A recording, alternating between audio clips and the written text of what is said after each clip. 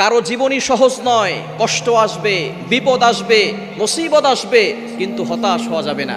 প্রত্যেকটা মানুষের জীবনেই কষ্ট আছে, কষ্ট আসলেই ভেঙে পড়া যাবে না।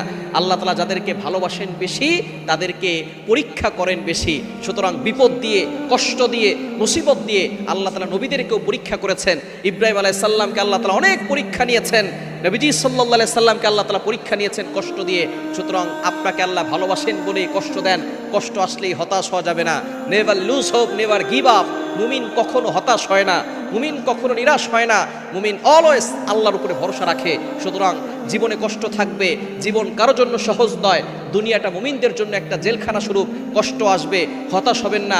আল্লাহর উপরে ভরসা রাখলে আল্লাহ তাআলা যেভাবে ইব্রাহিম আলাইহিস সালামকে আগুন থেকে রক্ষা করেছিলেন, ইউনূস আলাইহিস সালামকে বাসের পেট থেকে রক্ষা করেছিলেন, মূসা আলাইহিস সালামকে সাগর থেকে রক্ষা করেছিলেন, আপনাকে আল্লাহ তাআলা সেভাবে হেফাজত করবেন। বিপদ আপদ থেকে আল্লাহ তাআলা আপনাকে রক্ষা করবেন।